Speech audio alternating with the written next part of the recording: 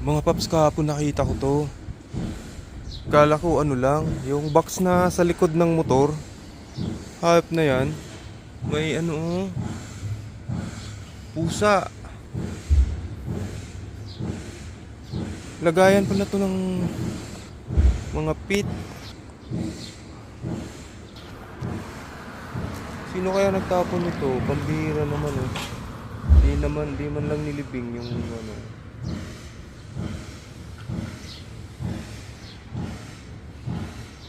Ginupit pa oh, kagugupit lang. Lo, ano kaya yan? Ano kaya mga yan, no? Gamot ba yan o insekto?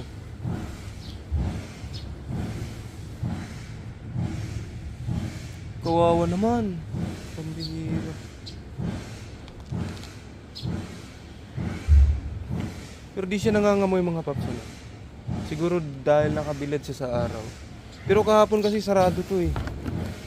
Dito ko lang napansin nung dito mismo ako sa gilid niya dumaan. Ay. Kawawang nila lang.